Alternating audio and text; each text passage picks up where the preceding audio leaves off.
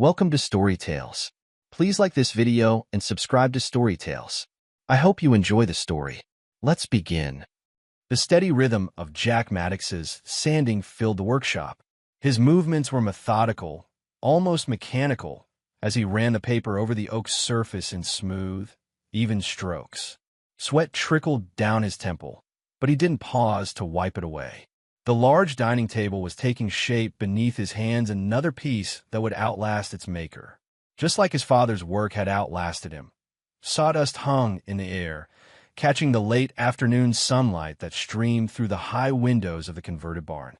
The scent of wood and varnish permeated everything: his clothes, his skin, his very being. It was the smell of honesty, of things that couldn't pretend to be something they weren't. The rumble of a motorcycle engine broke through his concentration. Jack didn't look up as the door swung open and heavy boots stomped across the concrete floor. "World's angriest Buddha at work again, I see."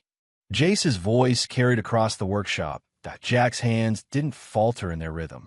"Table needs to be done by next week." Jace approached, running a calloused hand over the edge of the oak. "Carter order?" "Yeah." Jack finally straightened, his back protesting after hours bent over the wood. He was 38, but felt a decade older these days. Anniversary present. Nice to see some people's marriages work out. Jace pulled up a stool, his dark eyes studying Jack's face. "Heard anything?" Jack set down the sandpaper and reached for a water bottle. "She filed for another delay on the hearing." "Christ!" Jace shook his head. "It's been what, 10 months? How many delays is that now?" "3. Jack's voice was flat, emotionless. "Her lawyer says she's gathering more financial information." "You mean she's trying to find more ways to bleed you dry?" Jace ran a hand through his dark hair. "What more does she want?" "She already took half your savings." Jack wiped his hands on a rag. "Technically, it was our joint account." "Yeah, and technically, she was supposed to be faithful in your 8-year marriage, but that didn't stop her from screwing half of Greenville, did it?" Jack's jaw tightened, but he said nothing. The betrayals had stopped hurting months ago. Now, there was just a hollow space where something else used to be. "Sorry, man." Jace sighed. "I know you don't need the reminder. It's fine." Jack reached for a different grid of sandpaper. "Water under the bridge. Water under the bridge." Jace snorted. "She emptied your accounts, slept with multiple men, tried to turn your family against you, and is still dragging out this divorce to squeeze every penny she can. That's not water, Jack. That's sewage." Jack finally looked up, his blue eyes hard. "What do you want me to do, Jace? Scream? Break things? That won't change anything." "No, but might make you feel human again." Jace stood up, pacing the workshop. "You've been like this stone statue since you found those texts on her phone. It's like you shut down." "I'm focused." Jack returned to sanding, his strokes perhaps a bit harder than necessary. "On what?" "Revenge." A slight smile curved Jack's lips. "On getting free. Cleanly." Jace laughed, but there was little humor in it. "Nothing clean about divorce, buddy. Especially not with someone like Delaney. She's a piranha in designer clothes." Jack didn't argue. He'd seen firsthand how his wife had transformed over the years. From the warm, lively barista who'd been impressed by his work ethic and craft, to the cold, status-hungry woman who saw his family business as quaint and limiting. The woman who'd siphoned money from their accounts and transferred it to her mother under the guise of family help. The woman who smiled to his face while undermining him to his clients and family. "She can have the money," Jack said finally. "I just want her name off my business." "And you think she'll let that happen without a fight?" Jace shook his head. "You built something solid here, Jack. This place is worth something, and Delaney knows it. She wants her cut." Jack ran his hand over the oak, feeling the grain beneath his fingertips. "Some things aren't for sale. Tell that to her lawyer." Jace checked his watch. "Listen, a few of us are grabbing drinks at Miller's. You should come." "Can't. Need to finish this section before I quit for the day. Work will be here tomorrow, Jack. So will the divorce." Jack picked up his tools again. "One thing at a time." Jace sighed in defeat. "All right, Buddha. Keep meditating over your wood. But my offer stands if you change your mind." Jack nodded, already back in his rhythm, as Jace headed for the door. Just before leaving, his friend paused. "Jack." "Yeah, she doesn't get to take this from you, too. Your life." You're right to have one outside this shop. Jack looked up, meeting Jace's concerned gaze. I know. Do you? Jace asked. Because from where I'm standing, she's winning if you're just existing. After Jace left, the silence descended again, broken only by the sound of sandpaper on wood and Jack's steady breathing. He worked until darkness fell, until his arms ached and his eyes burned. Only then did he put down his tools and lock up the workshop.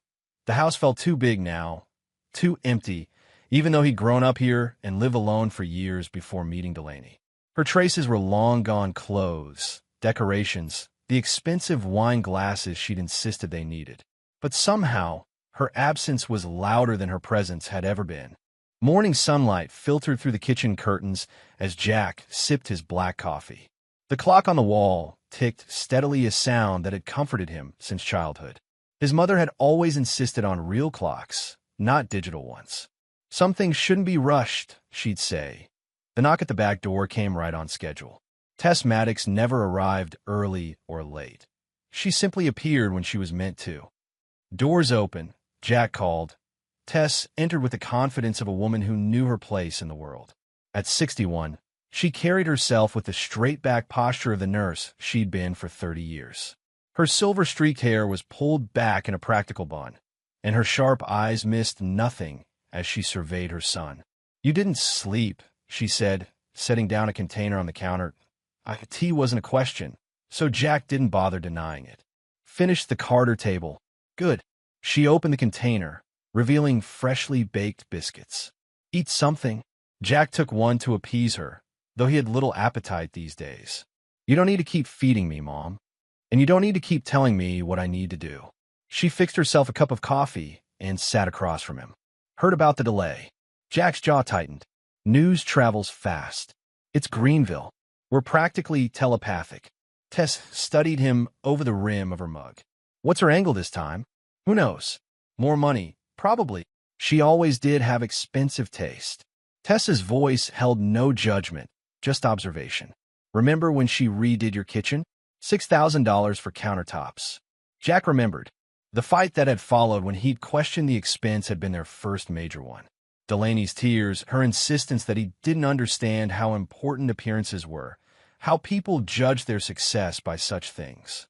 She was different at the beginning, he said quietly. Tess considered this. Was she? Or was she just better at hiding who she really was? The memory surfaced, unbidden Delaney in the coffee shop where they'd met.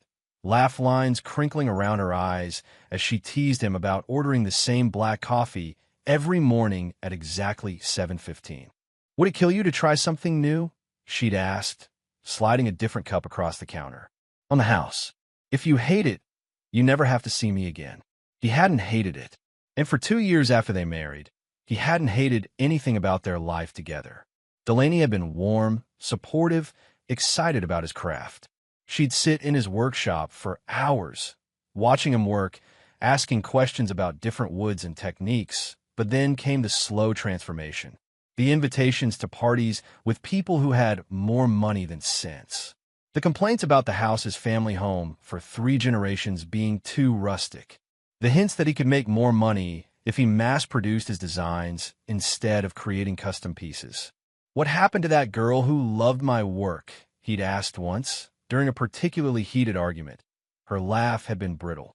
She grew up and realized that craftsmanship doesn't pay the bills like she thought it would. The memory dissolved as Tess spoke again. She came by the hospital before I retired. Did I ever tell you that? Jack looked up, surprised. No. When? About 2 years ago. Brought flowers, told the nurses what a wonderful mother-in-law I was. Tess's lips thinned. All for show, of course. She wanted me to convince you to take out a loan for that spa retreat she wanted to open. You never mentioned it.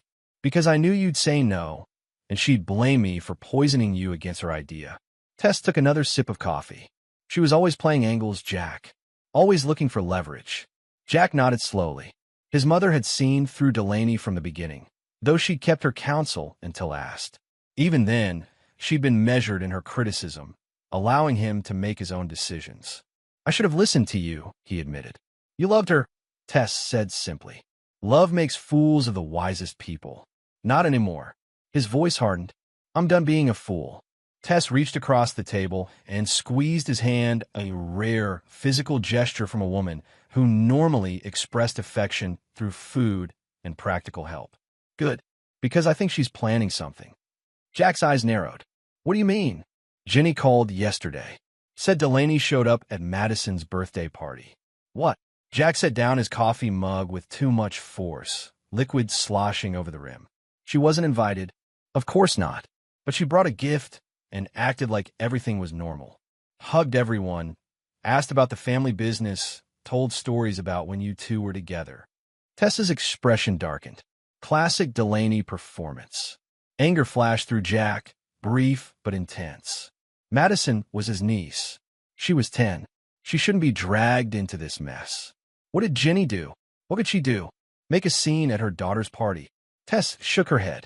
She let play out, then called me after. Jack ran a hand over his face, feeling the stubble he hadn't bothered to shave. Why would Delaney do that? The family made it clear whose side they were on months ago. That's what concerns me. Tess leaned forward, her gaze intent. She's setting something up. Right before she left, she whispered to me that she's got news for court. Like she wanted me to tell you. The pit of Jack's stomach tightened. Delaney never did anything without purpose. If she was trying to get a message to him, it was part of a larger strategy. Did she say what kind of news? No, but she looked. Tess paused, searching for the right word. Triumphant, like she won a prize. Jack stood, carrying his mug to the sink. His mind was already racing through possibilities, none of them good. Whatever she's planning, I'll handle it. I know you will. Tess began gathering her things. Just don't underestimate her, Jack. A cornered animal is always the most dangerous. He nodded, gazing out the window at his workshop. I won't. After Tess left, Jack returned to his work, but his mind kept circling back to Delaney's words. News for court. What could she possibly have that would change the momentum of the proceedings? They had no children, their assets were well documented, and the infidelity was established fact. What was left to leverage? By evening, the uneasiness had settled into his bones like a deep ache. He found himself digging through old papers in his office, reviewing financial records, text messages, emails, anything that might give him a clue about what Delaney was planning. Nothing stood out. But the feeling that something was coming, something he wasn't prepared for, wouldn't leave him.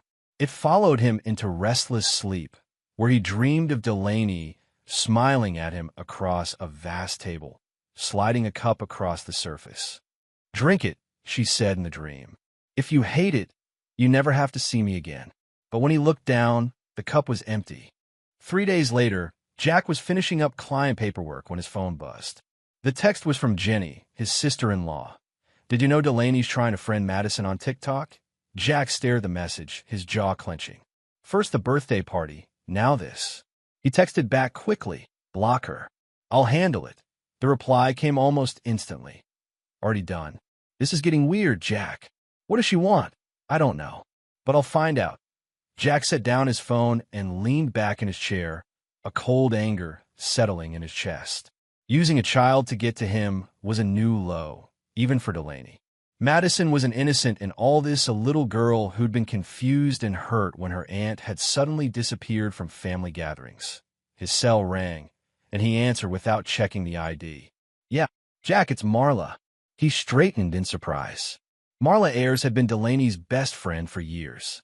They hadn't spoken since the separation. What do you want? To warn you. Her voice was tight, strained. Delaney's on the warpath. She's telling everyone who'll listen that you're trying to cheat her out of what she deserves. That's nothing new. Jack kept his tone neutral, though his grip on the phone tightened. She's been saying that for months. This is different. Marla hesitated. She says she has something that's going to change everything at the hearing. Something that'll force you to settle on her terms. The same uneasy feeling that had plagued him since Tessa's visit intensified. Did she tell you what it is? Another pause. Not exactly, but she's been acting strange. Triumphant 1 minute, terrified the next. Whatever she's planning, I don't think it's fully thought through. Why are you telling me this, Marla? You've been in her corner from the beginning. Because I know what really happened with you two. Her voice dropped. I know she was the one who cheated first, who lied about everything. And now she's dragging a child into it. What child? Jack interrupted, his pulse quickening. What are you talking about? Madison. Trying to contact her online. It's crossing a line and No. You said dragging a child into it. Those were your exact words. There was silence on the other end, then a soft curse. I've said too much already. Just be prepared, Jack. That's all I can say. The line went dead. Jack sat motionless, the phone still pressed to his ear as his mind raced. A child. Could Delaney be claiming? No, it wasn't possible. They hadn't been intimate for months before the separation. There was no way. But if not that, then what? His stomach churned. The court date was in 3 days. Whatever Delaney was planning, it would happen then. He needed to be ready. Jack unlocked a drawer in his desk and pulled out a worn leather journal, his father's old business log that he'd repurposed. Inside were carefully documented dates, times, and events from the past year. Every interaction with Delaney, every suspicious withdrawal from their accounts, every text message with conflicting stories. A meticulous record of a marriage's dissolution. He flipped to a blank page and added today's date, followed by notes about Ginny's text and Marla's call. Then he sat back, staring at the wall of his office. If Delaney wanted to play games, he would be ready. But he wouldn't play by her rules. The next morning, Jack drove to the bank and requested complete records of all transactions from their joint accounts for the past year.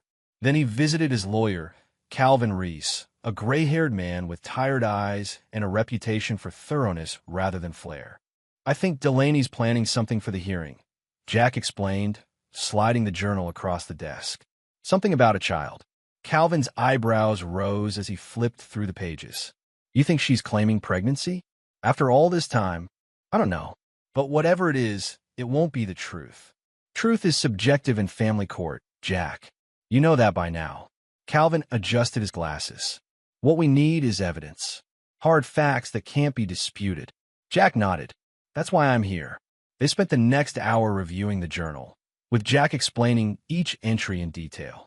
Calvin took notes, occasionally asking for clarification or suggesting additional documentation they might need.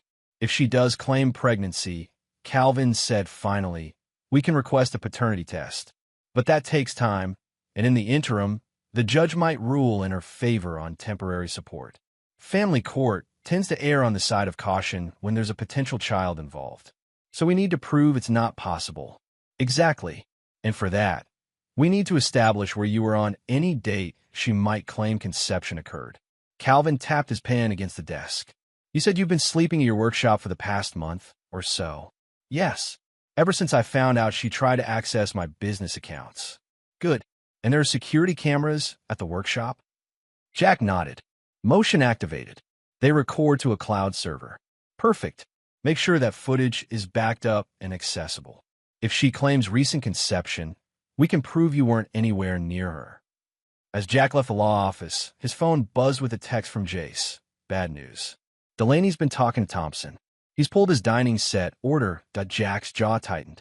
Thompson was one of his biggest clients, a local real estate developer who ordered custom pieces for his model homes. Losing his business would hurt. Before he could respond, another text came through. Also, someone spray-painted "Deadbeat Dad" on the sign outside your workshop. I cleaned it up before anyone saw. What the hell is going on? Jack stared at the message, a cold certainty settling over him. Now he knew what Delaney was planning, and it was exactly as desperate and vicious as he would expect from her. Instead of texting back, he called Jace. I need your help, he said when his friend answered. And I need you to not ask too many questions right now. Done. What do you need? Access to the security footage from my workshop. And I need you to remember exactly where I was on January 12th. January? Jace sounded confused. Why does that matter? Because, Jack said grimly, I think Delaney is about to tell the court she's pregnant with my child. The silence on the other end was brief, but heavy. That's impossible, Jace finally said. You two haven't been together since November 23rd of last year, when I moved out. So she's lying. Big surprise. Jace's voice hardened. What's the plan? Jack took a deep breath, his mind already organizing the steps ahead. The plan is to let her lie. Under oath. In front of judge. And then, a grim smile touched Jack's lips. And then we show her what happens when you play games with the wrong person.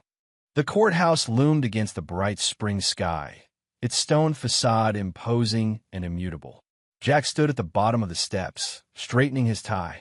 He'd chosen his attire, carefully a dark blue suit he'd had long before meeting Delaney. Nothing flashy or expensive. He looked like what he was, a hardworking business owner, not trying to impress anyone. Jace pulled up on his motorcycle, parking it at an angle before joining Jack.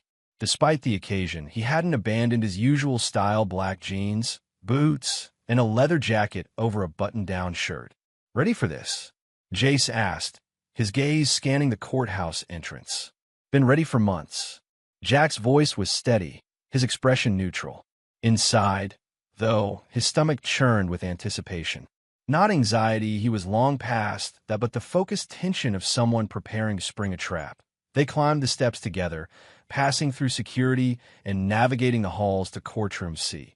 Jack's lawyer was already there, arranging papers at the defense table. Calvin Reese nodded in greeting, his expression giving away nothing. "Everything in order?" Jack asked quietly as he took his seat. "All set." Calvin patted a manila folder. "Let's see what happens." They didn't have to wait long. The murmur of conversation in the courtroom died as the doors opened and Delaney entered with her attorney, a sharp-faced woman named Miranda Phelps who specialized in high-conflict divorces. Jack heard Jace's low whistle from the row behind him. "Jesus, she's playing the Hallmark card." It was an apt description. Delaney had always known how to dress for effect, and today was no exception. Her flowing cream-colored dress did nothing to hide the obvious swell of her belly. Her honey-blonde hair fell in soft waves around her face, and she'd opted for minimal makeup that emphasized her natural glow. She looked every inch the radiant mother-to-be. Jack kept his expression perfectly blank as their eyes met across the courtroom. Delaney's lips curved in a small, secret smile, the same one she'd given him countless times before when she thought she had the upper hand. It had once made his heart race. Now it only confirmed what he already knew. "All rise," the bailiff called. The Honorable Judge Odessa Gaines presiding. Judge Gaines entered briskly, her robes flowing around her tall frame. At 55, she had the reputation of being fair but uncompromising, with little patience for theatrics. Her dark eyes swept the courtroom as she took her seat. "Be seated," she said, her voice crisp as she opened the file before her. "We're here for the continuation of divorce proceedings in the matter of Maddox versus Rourke Maddox. I see there have been several delays in this case already." She looked up, her gaze sharp. "I do not appreciate my court's time being wasted, so I hope we can make progress today." Miranda Phelps stood, all polished confidence. "Your Honor, we believe we can. In fact, there have been significant developments that impact the financial considerations of this case." Judge Gaines raised an eyebrow. "Proceed. If it pleases the court, my client would like to make a statement regarding her current condition." The judge gestured for Delaney to stand. She did so with graceful care, one hand resting protectively on her belly. "Mrs. Rourke Maddox, you have something to add to these proceedings." "Yes, Your Honor." Delaney's voice was soft but clear, with just the right tremor of emotion. "I'd like the court to be aware that I'm carrying Jack's child." A murmur rippled through the courtroom. Jack remained motionless, his eyes fixed on a point just above the judge's head.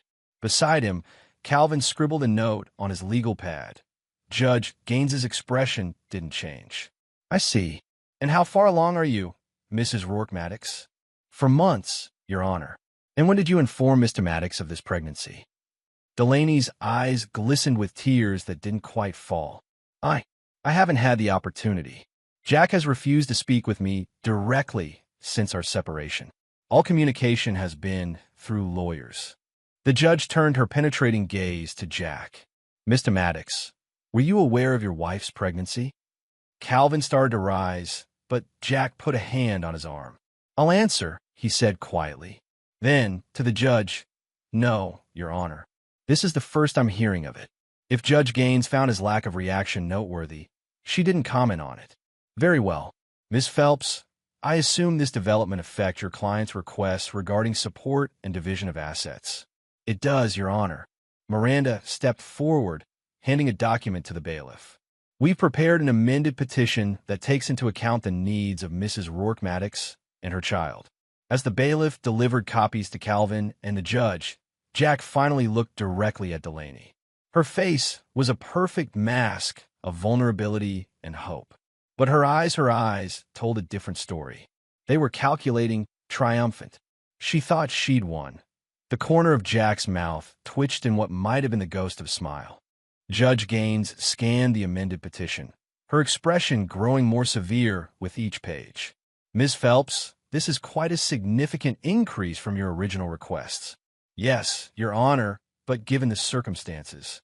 The circumstances being a pregnancy that was not disclosed until this moment, despite multiple hearings. The judge set the papers down. Mrs. Rourke Maddox, when exactly did this pregnancy occur? Given the timeline of your separation, I'm finding the math interesting. Delaney's hand fluttered to her throat in a gesture Jack recognized all too well her tell when she was about to lie with extra conviction. Jack and I had a moment of reconciliation about 2 months after he moved out. In mid-January. I see. Judge Gaines turned to Jack. Mr. Maddox, is this accurate? All eyes in the courtroom shifted to him. This was the moment, the fulcrum upon which everything would turn. Jack met the judge's gaze steadily. No, Your Honor, he said, his voice clear and firm. That never happened. Not once. Not even by accident. A muscle twitched in Judge Gaines's jaw. She looked between the two of them, then made a note on her pad. We appear to have conflicting testimony.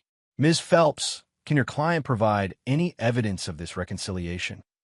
Miranda leaned over to whisper to Delaney, who nodded and whispered back.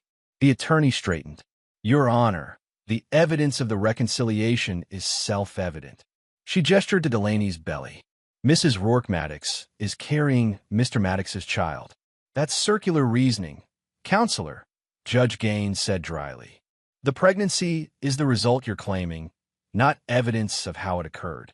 With respect, Your Honor, Calvin interjected. Rising, we contest the claim that Mr. Maddox is the father of this child. Delaney gasped softly, her hand pressing against her heart in a picture of wounded innocence. How could you say that, Jack? Her voice trembled. After everything we've been through. Jack said nothing, his expression unchanged. Your Honor, Miranda said quickly, my client is willing to submit to paternity testing after the birth. But in the meantime, she requires support for her medical needs and preparation for the child. Judge Gaines's brow furrowed. Mr. Reese, what is your client's position on interim support? Calvin glanced at Jack, who gave a nearly imperceptible nod. Your Honor, my client is willing to provide reasonable support if paternity is established. However, we believe that Mrs. Rourke Maddox's claim about the timing and circumstances of conception is false, and we're prepared to provide evidence to that effect. Very well. The judge checked her calendar. Given the sensitive nature of these claims, I'm going to recess for 30 minutes. When we reconvene, both parties will present their evidence regarding the alleged reconciliation. We'll proceed from there. She banged her gavel once. Court is in recess. As people began to file out, Jack remained seated, his eyes forward. He could feel Delaney's gaze burning into him from across the room. You're handling this well, Calvin murmured, arranging his papers. Most men would be on their feet, shouting by now. That's what she's counting on, Jack replied quietly. She wants me to lose control, to look guilty or defensive.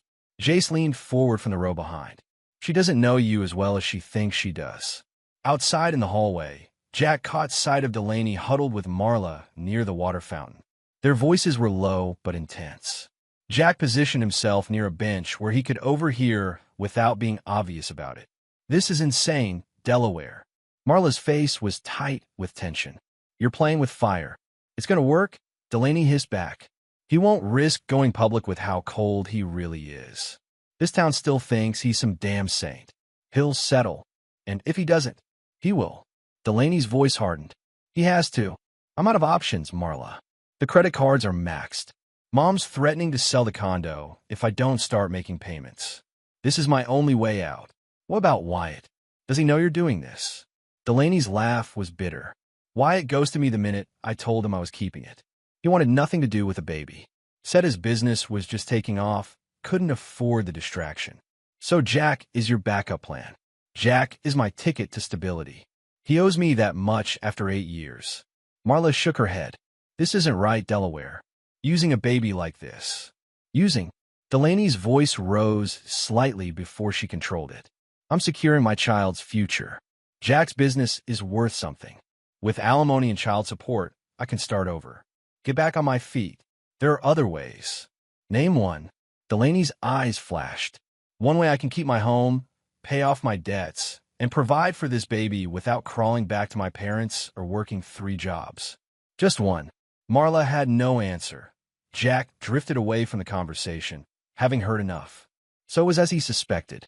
Delaney was using the pregnancy, a real pregnancy, but not his to leverage more money from the divorce. She was desperate, in debt, and the baby's actual father had abandoned her.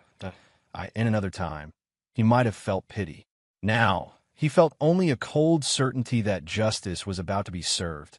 Back in the courtroom, Judge Gaines called for silence as she retook the bench. We'll begin with the petitioner. Mrs. Rourke Maddox, when exactly do you claim this reconciliation occurred?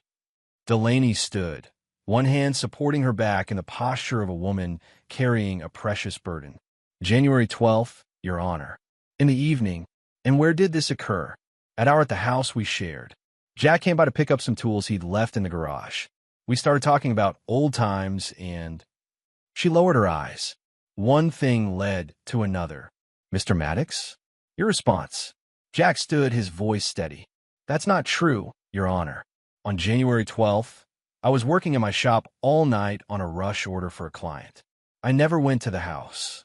Can you prove your whereabouts on that date? Jack nodded. Yes, Your Honor. My workshop has security cameras that record to a cloud server. I have footage showing me at the shop from 7 p.m. on January 12th until 6 a.m. the following morning. Delaney's confident expression faltered slightly. Miranda whispered something to her, and she nodded, composing herself. Additionally, Jack continued, I have time-stamped order records showing I was working on a custom dining set for the Harrison family that night, with delivery scheduled for January 14th. The Harrisons can confirm they picked up their completed order on that date. Judge Gaines nodded. Mr. Reese, please provide this evidence to the court. Calvin handed a flash drive to the bailiff.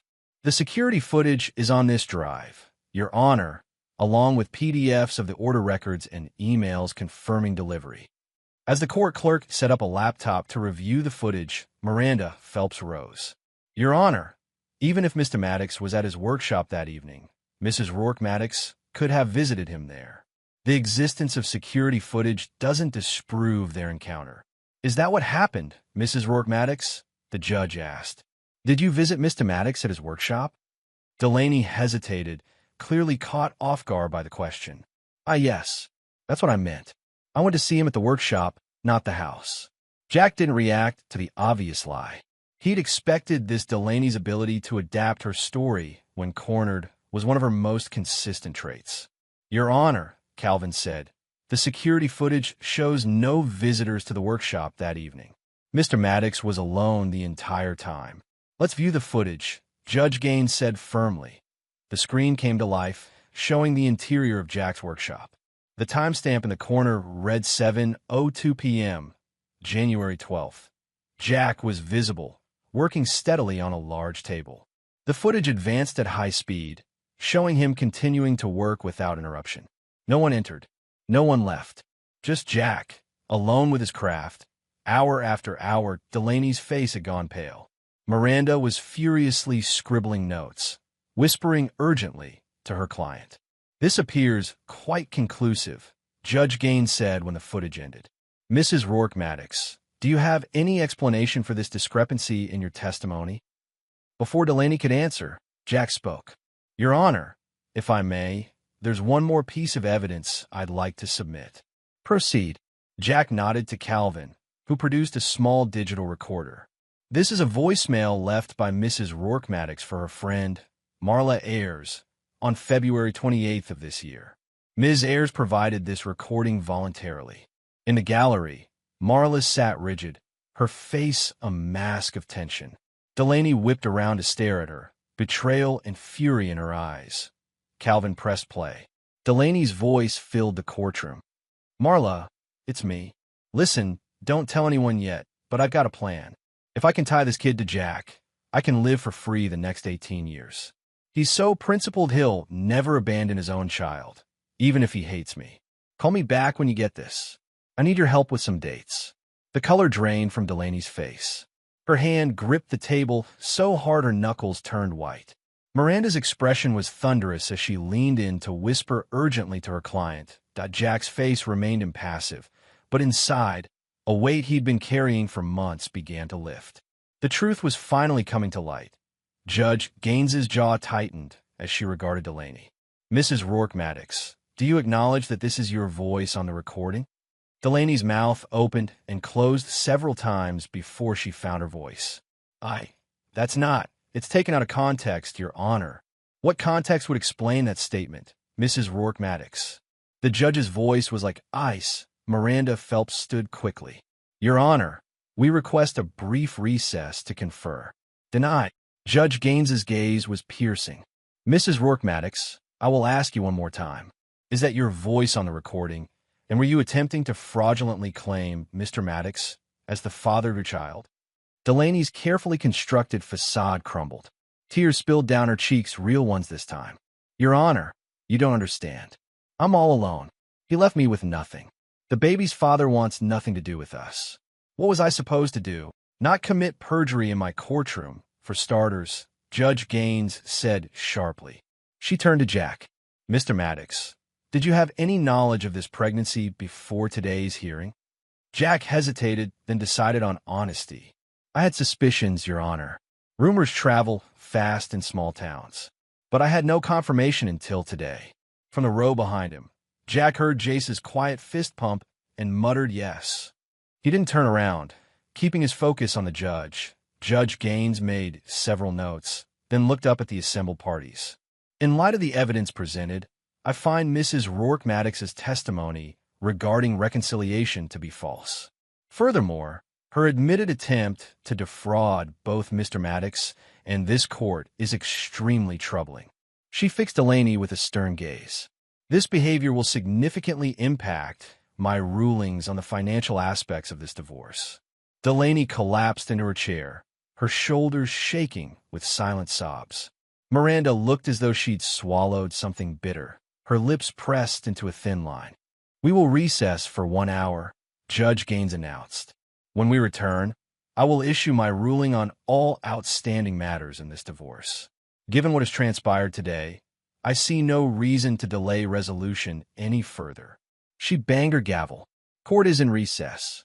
As people began to file out, Jack remained seated, his hands folded on the table before him. He felt neither triumph nor vindication, just a quiet certainty that justice was finally being served in the courthouse hallway. The tension was thick enough to cut with a knife. Jack stood with Calvin and Jace near a window, reviewing their next steps in low voices. Across the hall, Delaney sat alone on a bench, her makeup streaked from tears, her earlier radiance dimmed to desperation. Miranda Phelps had disappeared, presumably to prepare for damage control. No one approached Delaney, not even Marla, who hovered uncertainly near the water fountain, her expression a mix of guilt and resolve. What do you think the judge will decide? Jack asked Calvin. The lawyer adjusted his glasses. After what just happened, you'll get the business free and clear. No alimony, given the fraud attempt. Maybe a small property settlement to finalize things, but nothing significant. Good enough for me. Jack's voice was flat. I just want this over with. Jace clapped him on the shoulder. Almost there, buddy.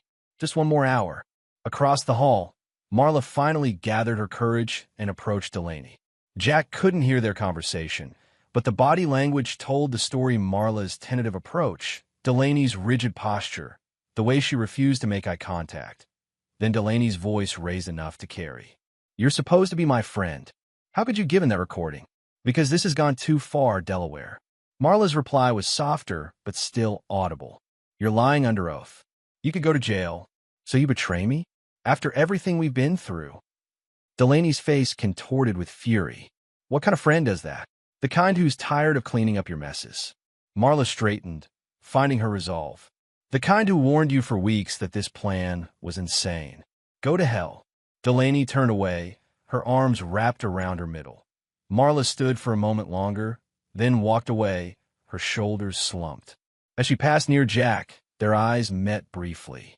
She gave a small nod acknowledgement, perhaps, or apology, then continued down the hall and out of sight. Jack turned back to his conversation with Calvin, but his attention was caught by a new arrival. Wyatt Calder strode into the courthouse, his gym-toned physique evident even under his suit. His handsome face was set in lines of anger as he scanned the hallway, finally spotting Delaney. There she is, Jack murmured. Jace followed his gaze. That him? The actual baby daddy? Looks like it. Jack watched as Wyatt approached Delaney, his body language screaming confrontation. You told her to give that recording to Maddox. Wyatt's voice carried clearly, each word clipped with anger. What the hell were you thinking, Delaney? She looked up at him, bewilderment replacing her despair. What?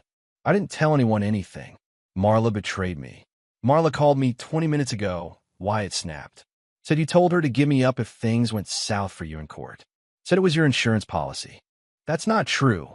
Delaney struggled to her feet, one hand supporting her belly. I never said that. Why would I implicate you? That makes no sense. Then why is my name suddenly all over this? Wyatt demanded. I've got clients texting me, asking if I'm the father of your baby. My girlfriend is blowing up my phone. My reputation, your reputation. Delaney's laugh was bitter. What about me? I just humiliated myself in front of a judge. I could lose everything. That's not my problem. Wyatt's voice lowered to a hiss. I told you from the beginning. I want nothing to do with this. My business is just taking off. I can't afford a scandal. It's your child, Wyatt, Delaney said, her voice breaking.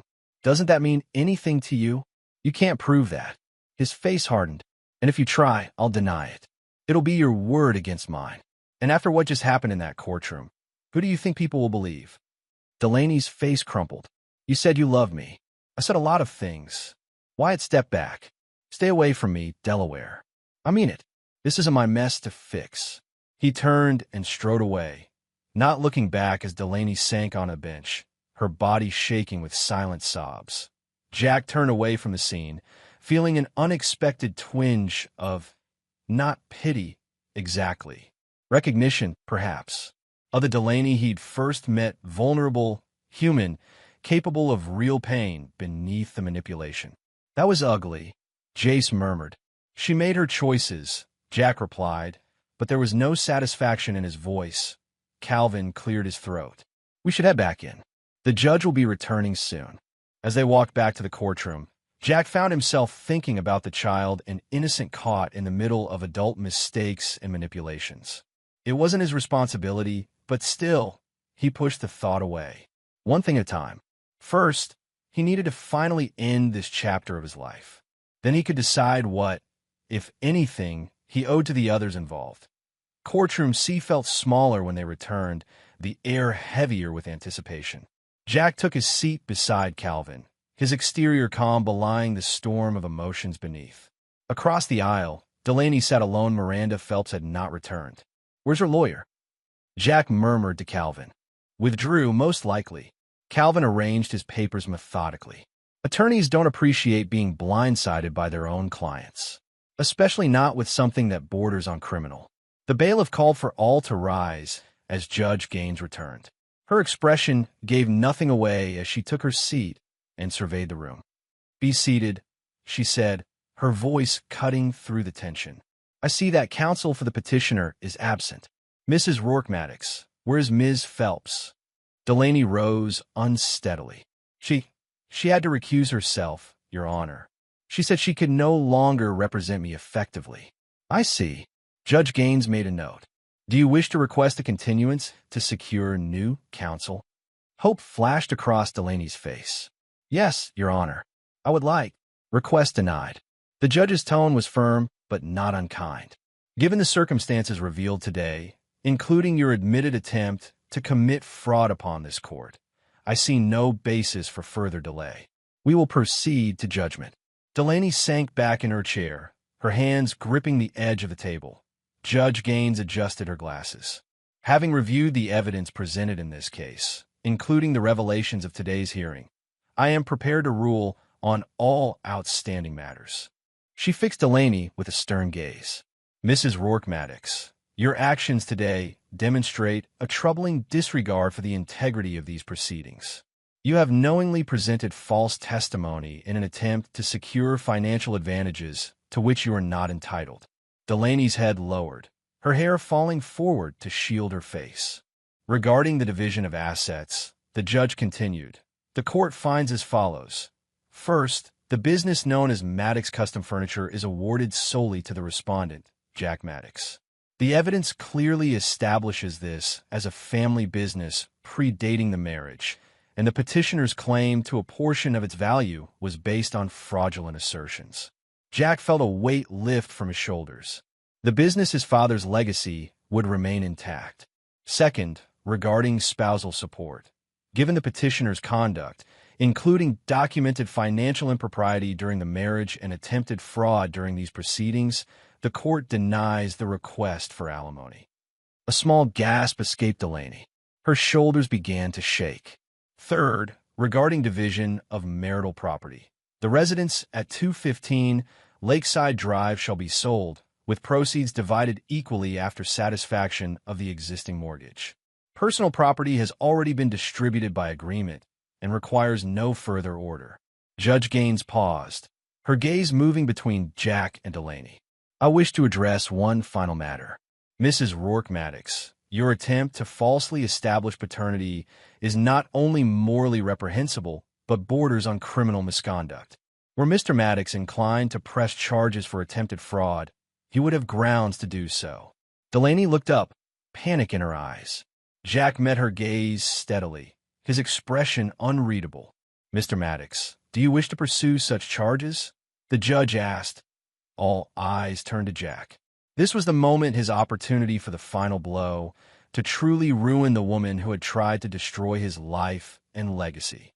No, Your Honor, he said quietly. I just want this to be over. Relief flooded Delaney's face, followed quickly by confusion, as if she couldn't understand why he wouldn't take the opportunity to hurt her more. Judge Gaines nodded.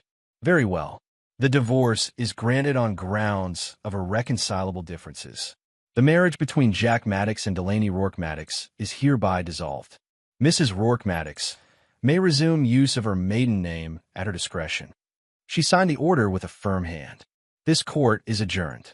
The gavel fell with a crack of finality. It was done. Jack sat motionless as the reality washed over him. Free. After nearly a year of fighting, of sleepless nights, and constant anxiety, it was finally over. The business was secure. His future was his own again. Calvin offered his hand. Congratulations, Jack. You got what you wanted. Jack shook it, feeling oddly hollow. Thanks for everything, Calvin. As people began to file out, Jack gathered his papers, deliberately taking his time. He didn't want to risk encountering Delaney in the hallway, not now, when the wounds were still so fresh. Jace approached, clapping him on the shoulder. It's over, man. You won. Yeah. Jack managed a small smile. I guess I did. Drinks tonight? To celebrate. Jack thought about it, then nodded. Sure, but not at Miller's. Miller's was where he and Delaney had had their first date. Gotcha. Jace understood without further explanation. Ruby's at 8. I'll be there. As Jace left, Jack turned to find Delaney standing nearby, her eyes red-rimmed, her hands clutching her purse like a lifeline. Jack, she said, her voice barely above a whisper. Can we talk? Just for a minute. Every instinct told him to walk away, to not give her another opportunity to manipulate or hurt him. But something in her expression, a genuine desperation he'd rarely seen, made him pause. 1 minute, he said, his voice neutral. Thank you. She swallowed hard. For not pressing charges. You could have, and we both know it. Jack said nothing, waiting. I never meant for things to get this bad. She continued, the words tumbling out. When we first got married, I really did love you. I thought we wanted the same things. We did, Jack said quietly, until you decided they weren't enough. Delaney looked down, one hand reflexively moving to her stomach. I messed up everything, and now I don't know what I'm going to do. Her voice broke. No job, no money, no home. Even my friends are gone. For a moment, just a moment, Jack felt the pull of the man he'd once been. The man who would have tried to fix this, to take care of her despite everything. But that man was gone, worn away by 1,000 small betrayals. That's not my problem anymore, Delaney. His voice was gentle but firm. You made your choices. Now you live with them. Just like that. 8 years, and you could just walk away. You walked away long before I did, Jack said. You just never had the honesty to admit it. She flinched as if struck. So that's it? You won, I lost, game over. It was never a game to me. Jack picked up his briefcase. Goodbye, Delaney. I wish you well. He turned and walked away, not looking back. His minute was up. The weeks that followed passed in a blur of activity. Jack threw himself into his work with renewed energy, completing back-ordered pieces and taking on new commissions. With the legal battles behind him, he found himself sleeping better, eating regularly again. The constant tension that had knotted his shoulders for months began to ease. News traveled fast in Greenville. The story of the divorce hearing of Delaney's shocking claim and Jack's methodical dismantling of it spread through town like wildfire. Jack heard the whispers when he went to the hardware store, felt the sympathetic glances when he stopped for coffee. Heard what happened in court. Tom Miller said one morning as he handed Jack his usual black coffee. That's rough, man. Jack just nodded, not wanting to discuss it. But Tom pressed on. She really tried to pin another man's baby on you? That's cold. It's over now, Jack said, hoping to end the conversation. Yeah, well, you're better off. Word is Wyatt Calder's denying the kid is his, too. Telling everyone who'll listen that Delaney's a liar who can't be trusted.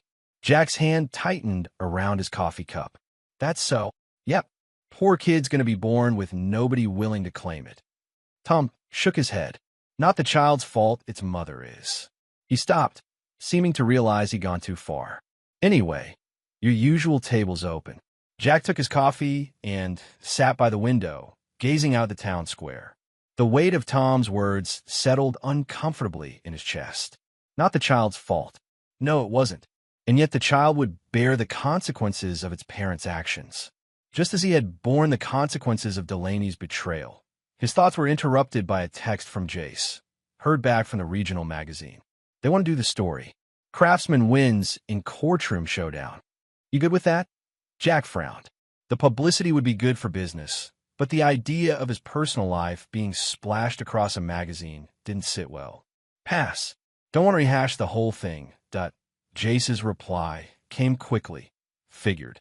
Already told him no. Just checking. Finishing his coffee, Jack headed to his workshop. The familiar sense of wood and varnish welcomed him home. This was where he belonged, creating things that would last. Things with integrity in every joint and curve. The oak table he'd been working on the day of the hearing was nearly complete. Jack ran his hand along the edge, feeling the smooth finish beneath his fingertips. Good work. Honest work. His phone rang. Tess. Morning, Mom. Morning, son. Just checking in. Haven't heard from you in a few days. Been busy with orders. Good busy or avoiding the world busy? Jack smiled despite himself. His mother never did mince words. Good busy. Things are picking up since everything's settled. I'm glad. Tess paused. Have you heard about Delaney? Jack's smile faded. No, and I'm not sure I want to. She's moved back in with her parents. Outside of Raleigh. Something like relief washed over him. Delaney gone from Greenville meant one less complication, one less chance of painful encounters. How'd you hear that? Marla told me. She stopped by the house yesterday. Wanted to apologize for her part in everything. She didn't owe you an apology. No, but she needed to give one. Tess's voice softened. She's carrying a lot of guilt, Jack. Says she should have told you what was happening sooner. Jack sighed. She did what she could. In the end, she came through. That's what I told her. Tess was quiet for a moment. She also said Wyatt Calder's been telling everyone the baby isn't his. Yeah, I heard. Marla says it is.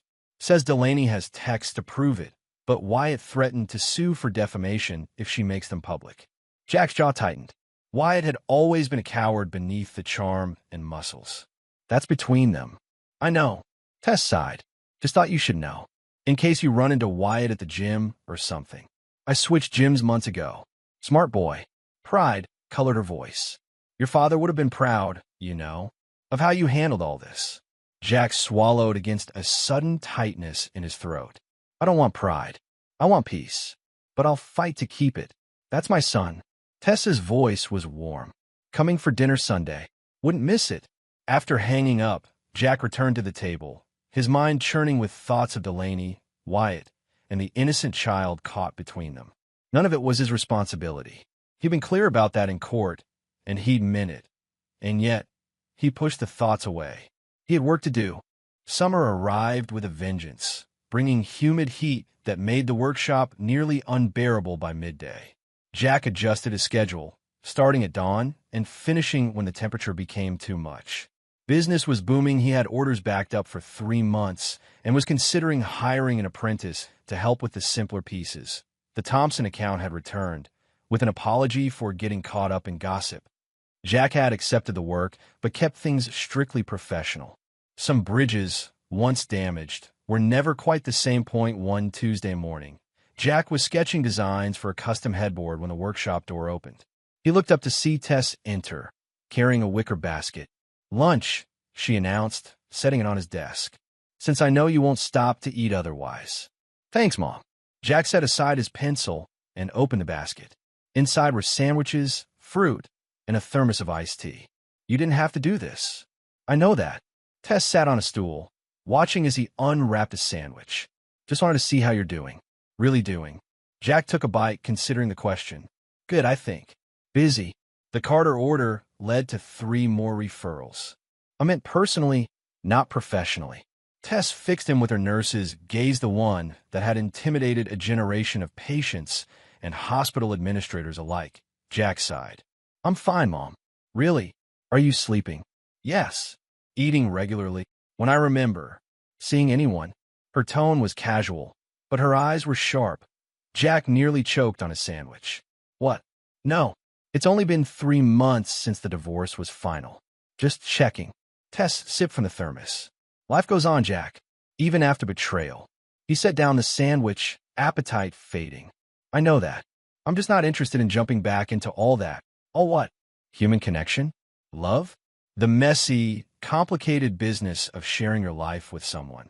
Exactly. Jack's voice was firm. I tried that. Look how it turned out. Tess studied him for a long moment. Do you know why your father never remarried after your mother died? The question caught Jack off guard. His father had raised him alone from the age of 8, after Jack's mother succumbed to cancer. The subject of dating had never come up. I assumed he was still in love with her. He was. Tess nodded. But that wasn't why he stayed single. He was afraid. Dad wasn't afraid of anything. Tessa's smile was sad. We're all afraid of something, Jack. Your father was afraid of risking his heart again, of opening up to that kind of pain a second time. She leaned forward. And do you know what he told me? Right before he died? Jack shook his head, throat tight. He said his biggest regret was letting fear make that decision for him. That he'd wasted years he could have spent loving again. This is different, Jack protested. Delaney didn't die. She betrayed me. Repeatedly. Yes, she did, Tess agreed. And that's her burden to carry, not yours. Your burden is deciding what to do with the lesson she taught you. She reached across the desk to take his hand. Will you learn to be more careful, more discerning? Or will you learn that love isn't worth the risk? Jack had no answer. The question settled into his chest like a stone. Tess squeezed his hand once, then changed the subject. The garden club wants to commission a bench for the town square. Memorial for old Mrs. Hadley. Thought you might be interested. He recognized the gift. She was giving him space to consider her words without pressure. Send them my way. I've got some ideas that might work. They finished lunch talking of safer things, town gossip, the heat wave, Tessa's upcoming book club meeting. As she prepared to leave, Jack walked her to her car. Thanks for lunch, he said, and for the advice. You don't have to thank me for either. She reached up to pat his cheek. Just think about what I said. Your father was a good man, but even good men make mistakes.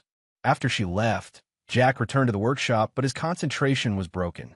He found himself thinking about his father, the quiet strength he'd admired, but also the loneliness he'd sensed but never fully understood as a child. Had his father really regretted not opening his heart again? Or was that Tessa's interpretation, her way of nudging Jack back toward the world of the living?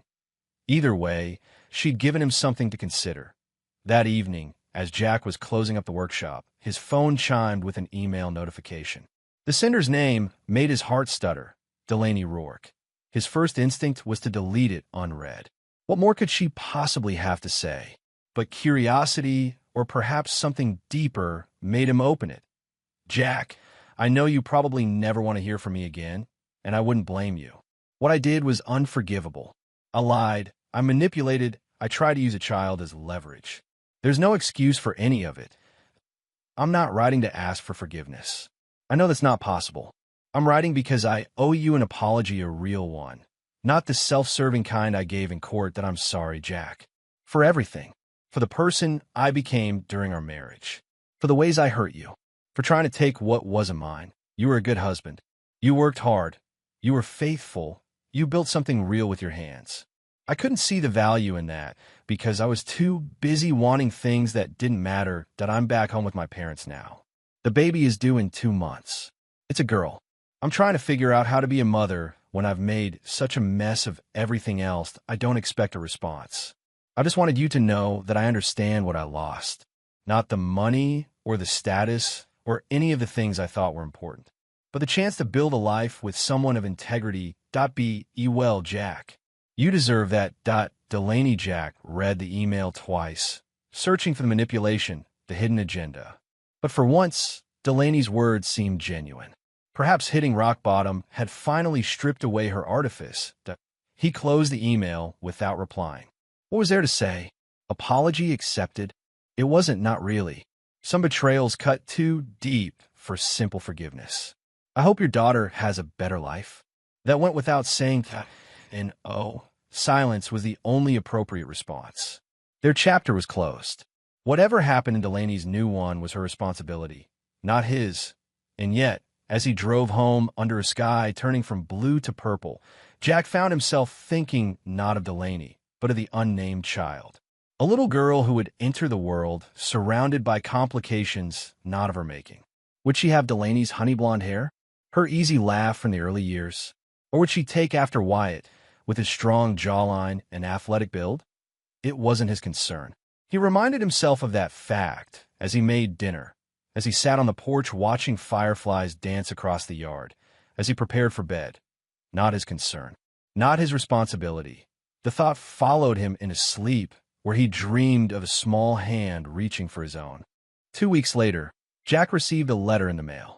The return address was Delaney's parents' home in Raleigh. Unlike the email, this was harder to ignore, a physical thing demanding attention. He set it aside as he prepared for his day, deliberately focusing on other things. There was wood to select for the Hadley Memorial Bench. The Carter family had commissioned a custom crib for their first grandchild. The Thompson order needed final approval, but the letter sat on his kitchen counter like a living thing, drawing his eye whenever he passed.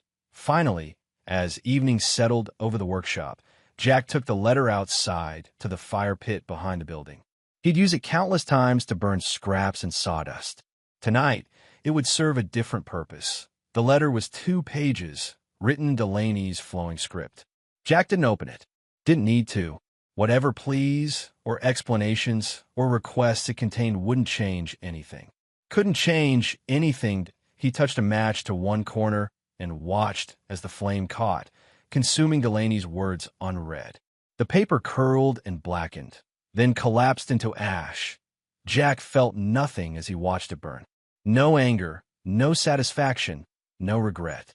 Just a quiet certainty that he'd made the right choice. The past was gone. All that remained was to build the future, one careful piece at a time. Back in the workshop, Jack turned his attention to the oak table, the same one he'd been working on when Jace had visited nearly 6 months ago, the day he'd learned of Delaney's court delay. The piece had been set aside during the chaos of a divorce, but now it was time to complete it. The surface was sanded to glassy smoothness, ready for its final coat of finish.